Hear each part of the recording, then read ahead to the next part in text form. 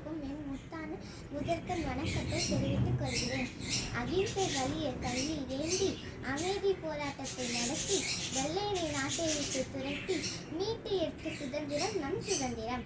ஆங்கிலேயர்களிடம் அடிமைப்பட்டு கிடந்த நமக்கு சுதந்திரம் பெற்று தந்த தியாகிகளையும் தலைவர்களையும் நினைவு கூறும் நாள் இது. ஆகஸ்ட் 15ஆம் நாள் நம் அனைவரும் 78வது சுதந்திரத்தை கொண்டாடுகிறோம். சுதந்திரம் என்பது நம் முன்னோர்களின் குருதியாலும் தியாகத்தாலும் கிடைத்திருக்கிறது.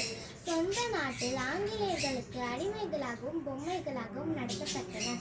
பாலகங்காதர திலகர், சுபாஷ் சந்திர போஸ், நேதாஜி, மகாத்மா காந்தி போன்றவர்கள் சுதந்திரத்திற்காக பாடுபட்டார்கள்.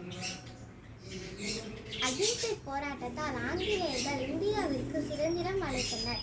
அதன்படி இந்தியா 1947ஆம் ஆண்டு ஆகஸ்ட் 15ஆம் தேதி சுதந்திரம் அடைந்தது. இந்த அற்புத நாளில் நாம் சுதந்திர தியாகிகளை போற்றி வணங்கிடுவோம்.